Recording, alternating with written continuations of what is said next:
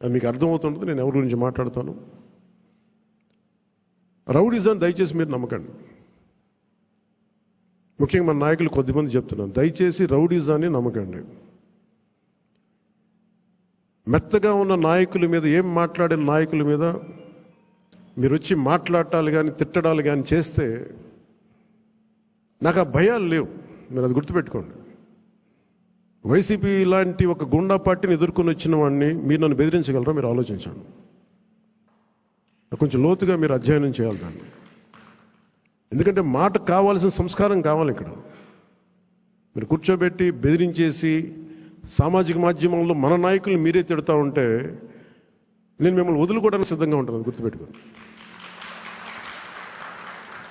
అది మీరు నాకు ఎంత లాయలిస్టులు వ్యక్తిగతంగా అయినప్పటికీ కూడా, మీరు నా కమిటెడ్ లాయలిస్టులు అయినప్పటికీ కూడా, ప్రజాస్వామ్యానికి విఘాతం కలిగించిన, రౌడిజం చేసిన నేను వదులుకోవడానికి సిద్ధంగా ఉంటాను.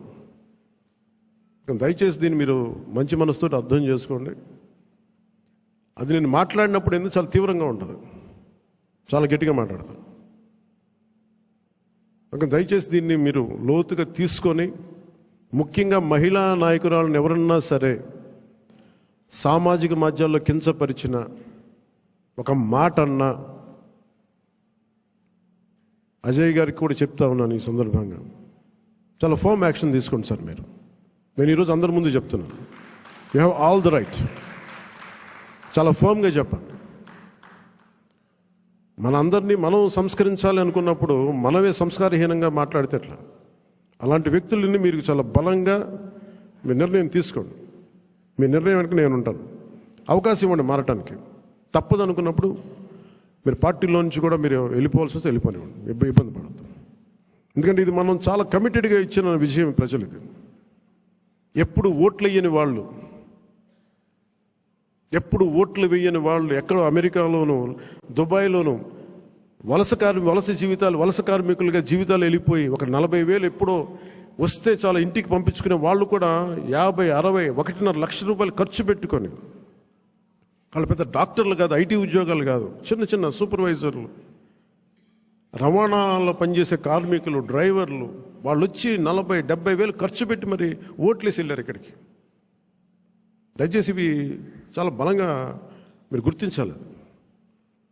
నేను లేకపోతే పార్టీ ఏమవుద్ది అని చాలామందికి ఉంటుంది. దయచేసి అలా అనుకోకండి. ఏమవుద్ది, పార్టీ నడుస్తుంది అనేది ఎలా ఉంటుందండి?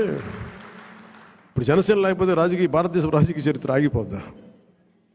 పవన్ కళ్యాణ్ లేకపోతే భారతీయ రాజకీయ చరిత్ర ఆగిపోతే ఆంధ్రప్రదేశ్ రాజకీయాలు ఆగిపోతాయా? దీన్ని నేనేం చేస్తాను, ఒక అవకాశంగా తీసుకోవాలి ప్రజలకు సేవ చేయడానికి తప్ప, నేను లేకపోతే పాలిటిక్స్ లేవు, నేను లేకపోతే అసలు వీళ్ళు ఎలా గెలుస్తారు. కాలం చాలా చాలా గొప్పది. ఇలా విర్రవీగిన వాళ్ళకి 11 సీట్లతో పరిమితం చేసిన వాళ్ళకే అంతుంటే మరి అలా మనలో ఉండి భయపెట్టేవాళ్ళు కానీ భయభ్రాంతులు చేసేవాళ్ళు, రౌడిజం చేసేవాళ్ళు మీరెంతో కూడా ఆలోచించాం. ఇంకా నేను చాలా తెగించి వచ్చాను. ఒక పార్టీ నేను నడుపుతున్నానంటే చాలా చాలా తెగించుంటే తప్ప ఒక పార్టీని నడపలేను. నేను కమిటెడ్గా ఉన్నానంటే నా వెనక ప్రతిరోజు చెప్తాను, సరదాగా చెప్పను. నేను 24 గంటలు బతకడానికి నేను ఉంటాను, అంతకుమించి నా దగ్గర భవిష్యత్తు కూడా పెద్ద ఆలోచించాను. నేను అలా అంత బలంగా నేను ఉండబట్టే ఈ రోజున జనసేన ఆంధ్రప్రదేశ్ 5 కోట్ల మంది ప్రజలకి భూతం అవ్వడమే కాకుండా ఎన్డీఏ కూడా బలం అయిపోయింది, మనం గెలిచిన అన్ని సీట్లు. అంటే ఇవన్నీ ఎందుకు చెప్తున్నానంటే నేను అంత తెగించి ఉన్నాను నా దేశం కోసం, నా సమాజం కోసం. దయచేసి దాన్ని అందరూ దృష్టిలో పెట్టుకోండి.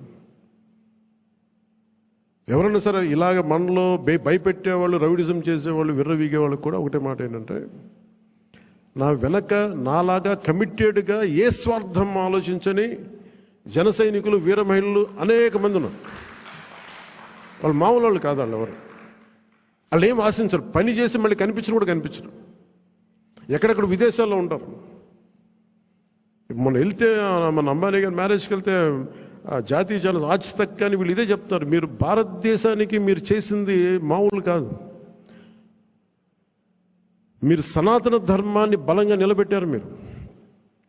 అంటే మీరు సినిమాల్లో ఉండి సూపర్ స్టార్డమ్ సాధించి రాజకీయాల్లో మలుపు తిప్పే రాజకీయం చేసి ఇవన్నీ తగ్గి మీరు నిలబడగలరు చూసారా. అందుకు మిమ్మల్ని ప్రేరణగా తీసుకోవాలని చెప్తా ఉంటే నేను చెప్పాను, ఇది గొప్పగా నేను మాట్లాడట్లేదు, కానీ నేను ఇంత బాధ్యత నేను నడిపిస్తున్నాను చెప్తున్నాను. ఇది సో ఇలాంటి నాకు దయచేసి క్రమశిక్షణ రాహిత్యంతో దయచేసి నాకు తలపోట్లు తీసుకురాకండి. ఎందుకంటే నేను నా రక్తాన్ని కూడా పక్కన పెట్టేయగలను, గుర్తుపెట్టుకోండి. నా కుటుంబాన్ని కూడా పక్కన పెట్టేస్తాను. నేను జనం కోసం అయితే నా కుటుంబాన్ని కూడా పక్కన పెట్టేస్తాను. అలాంటిది నా సొంత బిడ్డలతో సహా పక్కన పెట్టేయగలను. నేను అంత నిస్వార్థంగా అంత గట్టిగా ఉంటాను. ప్రజాక్షేమం కోసం, ప్రజాస్వామ్య పరిరక్షణ కోసం నేను అంత బలంగా ఉంటాను. అందుకని దయచేసి అందరూ కూడా నన్నేదో తిట్టేస్తే భయపడిపోతాను. నేను లేకపోతే ఇక్కడ గెలవం, పంచాయతీ ఎన్నికలు రావచ్చు, మున్సిపల్ ఎన్నికలు రావచ్చు, నా సత్తా ఏంటో అనుకునే వాళ్ళందరికీ కూడా ఏంటంటే సంతోషం. నేను అక్కడ దెబ్బతింటానికి సిద్ధంగా ఉంటాను తప్ప కాంప్రమైజ్ అవ్వడానికి నేను సిద్ధంగా ఉన్నాను. ఏం పోతుంది చెప్పండి నాకు. ఈ రోజున 21 మంది ఎమ్మెల్యేలు, 2 మంది 2 ఎంపీలు అయ్యారు. ఇవన్నీ గెలవకపోతే ఏమన్నా అయిపోతాం. ఫలితాలు ఇంకొకలా వచ్చింటే ఇలాగ ఉండేవాడిని, ఏం మారేది కాదు. అందుకని దీన్ని దయచేసి అందరూ పెద్ద మనసుతో అర్థం చేసుకోండి. నాయకులందరికీ కూడా దయచేసి పదే పదే మీ కుటుంబంలో ఉండే మీ సహాయానికి, మీకు సహాయకారిగా ఉండటానికి నాకు అభ్యంతరం లేదు, కానీ వాళ్ళని భవిష్యత్తులో వాళ్ళే మా తరం వారసులను చెప్పడం కొంచెం ఇబ్బందిగా ఉంది బయట. ఎందుకంటే అలాంటప్పుడు నేను కూడా నా పిల్లలు ప్రమోట్ చేస్తూ కూర్చుంటే ఇంకా దీనికి కొత్తదనం ఎక్కడి నుంచి వస్తుంది చెప్పండి. ఇబ్బందిగా ఉంటుంది. అది సహజంగా మీ బిడ్డలు మీరు ఎదగాలని కోరుకుంటున్నాం. రాజకీయాలు వస్తే నాకే ఇబ్బంది లేదు. We are not against legacy, but let it happen in organic way, సహజ క్రమంలో జరగనివ్వండి. అందుకని ఇలాంటి ప్రతి చోట ఇవి కొన్ని వినిపిస్తూ ఉన్నాయి. ఇది అందరి ముందు చెప్తే ఇది అందరూ మనం ఒకసారి ఒక లోపలికి ఆత్మపరిశీలన చేసుకోండి. అందరూ సహజ క్రమంలో వస్తే నాకు ఇబ్బంది లేదు, కానీ దాన్ని దయచేసి ప్రజల మీద రుద్దకండి. అదొకటి నా విన్నపం అందరికీ. అలాగే మనం మనం ఏం మాట్లాడుతున్నా it is not Janasena victory.